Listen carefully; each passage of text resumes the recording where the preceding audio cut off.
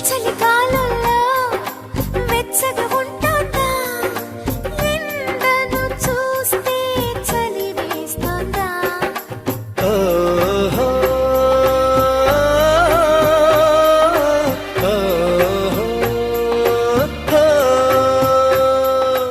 ఎదురుగా నువ్వున్నా విరహం పుడుతోంది ఏ నిజమైన కలగా ఉంది విసుగేతో కలిగింది దిగులేతో పెరిగింది అసలేతో జరిగింది మతి కాస్త పోయింది